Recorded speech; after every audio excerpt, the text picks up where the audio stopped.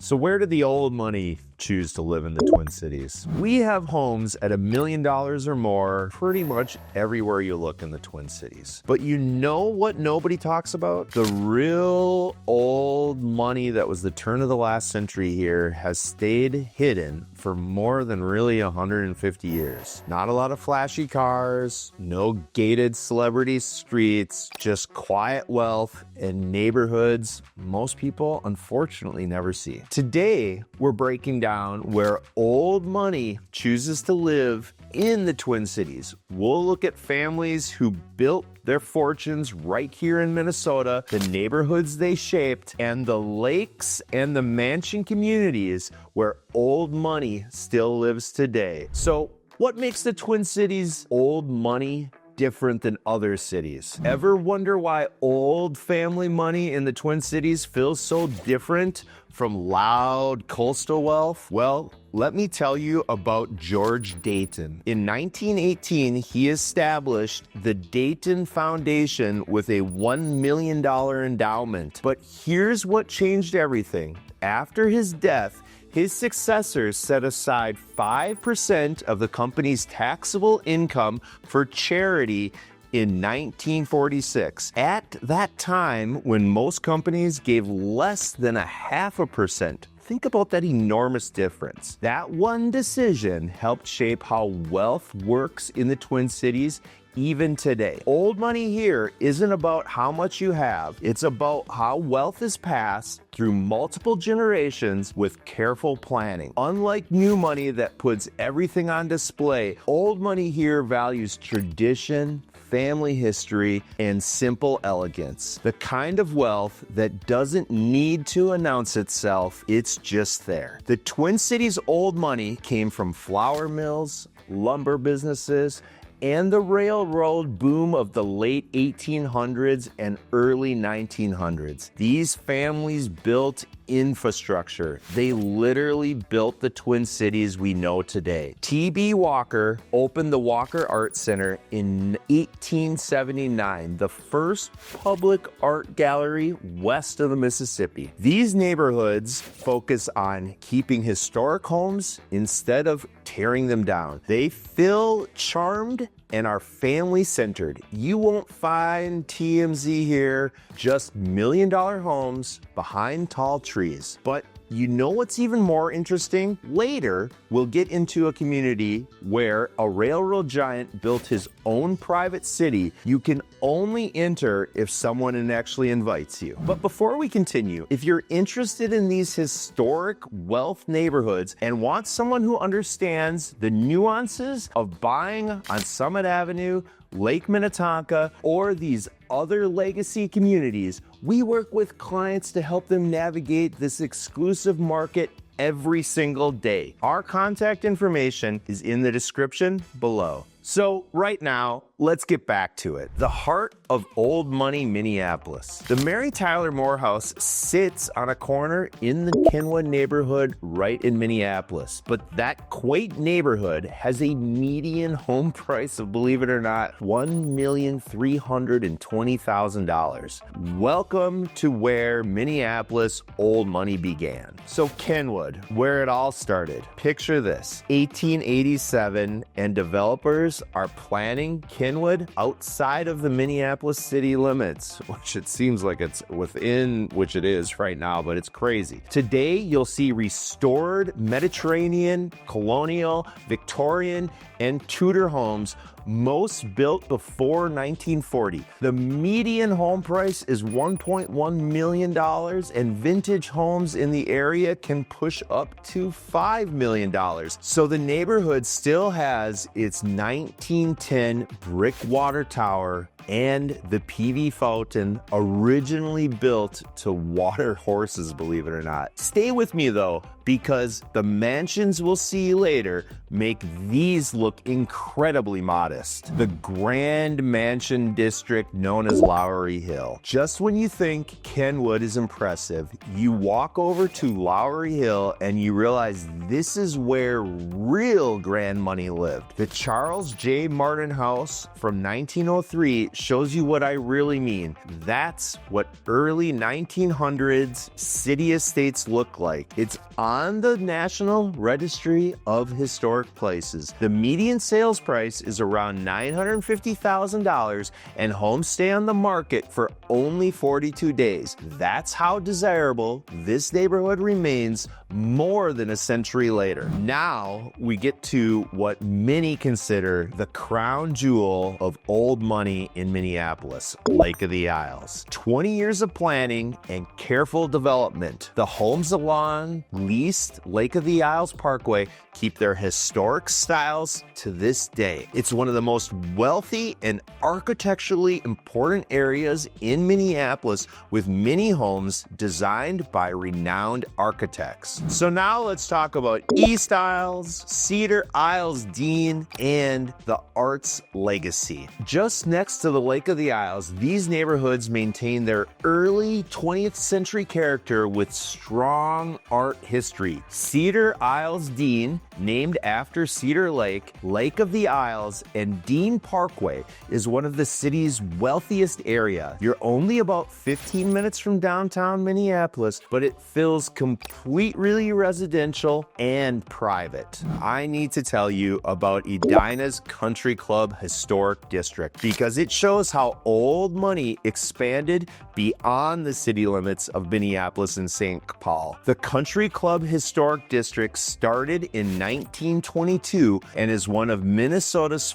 first fully planned communities. It was designed with matching period revival styles. The result was 550 historic homes built between 1924 and 1931, and all of them are on the National Registry of Historic Places. But if you think these prices are impressive, let me show you what lakefront exclusivity really looks like. Let's talk about Lake Minnetonka, the crown jewel of old money in the Twin Cities. Lake Minnetonka is Minnesota's 9th largest lake with 125 miles of shoreline across 37 named bays. Towns like Excelsior, Wayzata, Deep Haven began in the 1850s before Minnesota was even a state. From 1906 to 1911, the Twin Cities Rapid Transit Company ran Big Island Park. It brought tens of thousands of visitors, but had to close because it was too expensive to run. The land later became a municipal park in the city of Orono. Let's talk about Wayzata, which is really the gateway to Lake Minnetonka. Everything changed in 1867 when the St. Paul and Pacific Railroad arrived in Wayzata, making it the first gateway to Lake Minnetonka.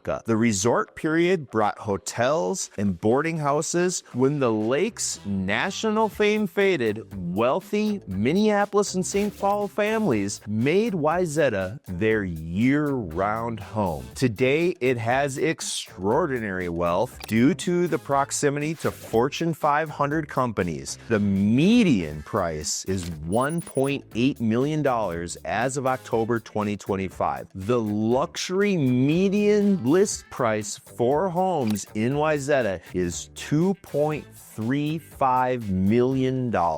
Now, let's talk about Deep Haven, estate living and yacht club heritage. A St. Louis lawyer bought land in 1870 and built North Home, one of the lake's first grand homes. He helped create the Hotel St. Louis, which opened in 1879 as the region's first grand hotel. Today's median home value is just over $1 million. Luxury homes list for a median price of $1.4 million.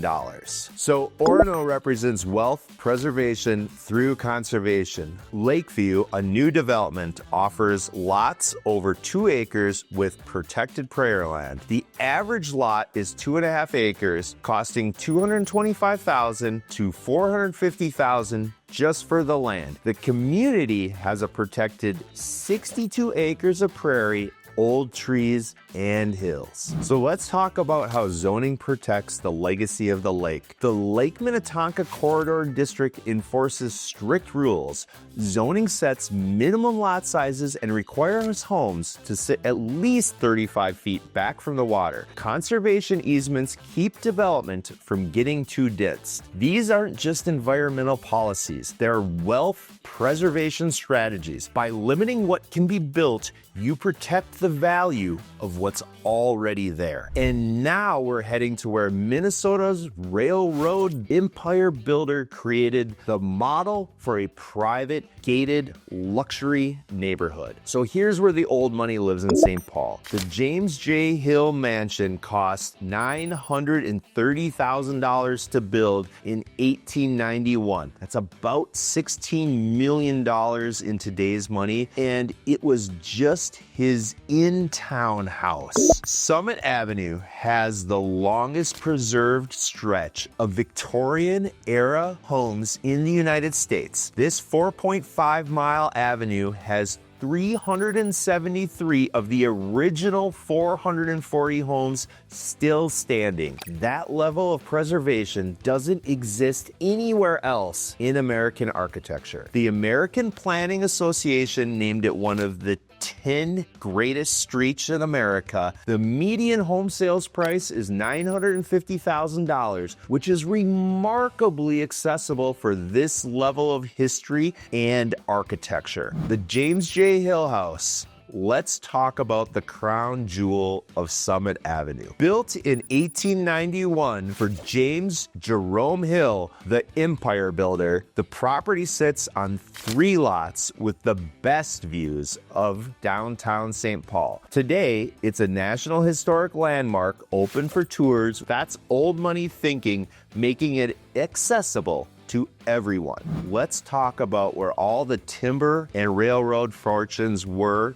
beside Summit Hill, Crocus Hill. So just south of Summit, Crocus Hill grew as a home base for wealthy merchants and timber barons. A notable 1886 landmark is 4 Crocus Hill. With over 9,400 square feet on an acre and a half, it has several grand entrances. I can tell you firsthand, this home is exquisite and it lives up to all the words and accolades I just gave it. I have shown it twice to clients of mine when it was on the market, and when it next comes on the market, this would be one of those must-see homes. So homes in Crocus Hill are estimated to be between $1.6 million and $1.8 million. It's popular for its historic charm and its incredible walkability. Now, let's talk about James J. Hill's farm and gated legacy known as North Oaks. Really, we're getting to the place that I've been building up to this entire video. In 1883, Hill bought 3,300 acres that now make up this community. But here's what makes North Oaks really unique. It greets visitors with a no trespassing sign. You can only enter if invited. The city owns no property. Roads are privately owned by the residents. Every home has a private well and septic system. It's completely self-sufficient by design with large wooded lots, conservation areas, groomed trails, a golf course, tennis courts, and recreation areas. The Hill Farm Historical Society protects the historic farm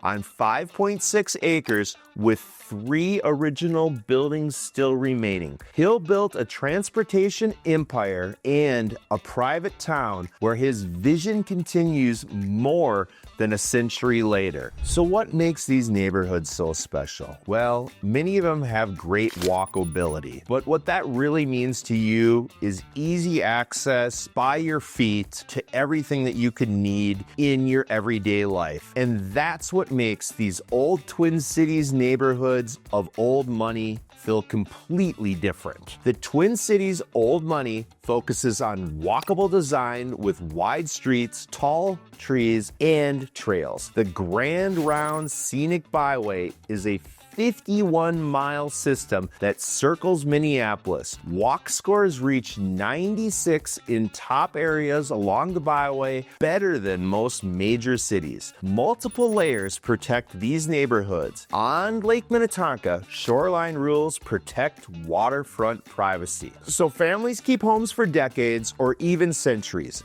Long-term ownership creates stability. You're not competing with flippers or speculators. Lake access is central to the identity. Kenwood, Lowry Hill, East Isles, and Cedar Isles Dean all are connected to water. Lake Minnetonka has detailed water right rules. Cultural institutions benefit from long-standing family giving. The Walker Art Center, the Minneapolis Sculpture Garden with 700,000 annual visitors, and the James J. Hill House, all open to the public. Instead of tearing down old homes for new projects, these neighborhoods preserve and update for modern life. Young professionals get walkable lake neighborhoods, families get top schools and privacy, empty nesters get historic beauty. It's wealth that improves the community instead of just filling it with expensive homes. Now,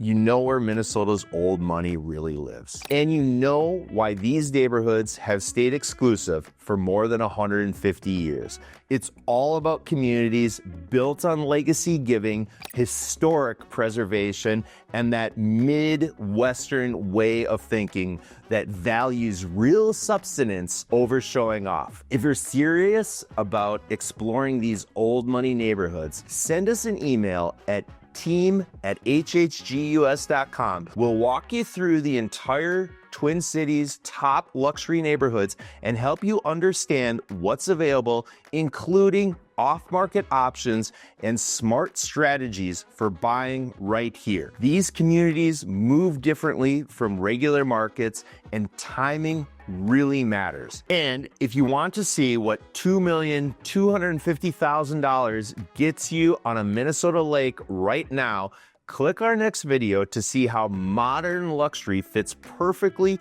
into Minnesota lake life. Click the video that's popping up now to see inside, and we'll see you on the next video and at the next house.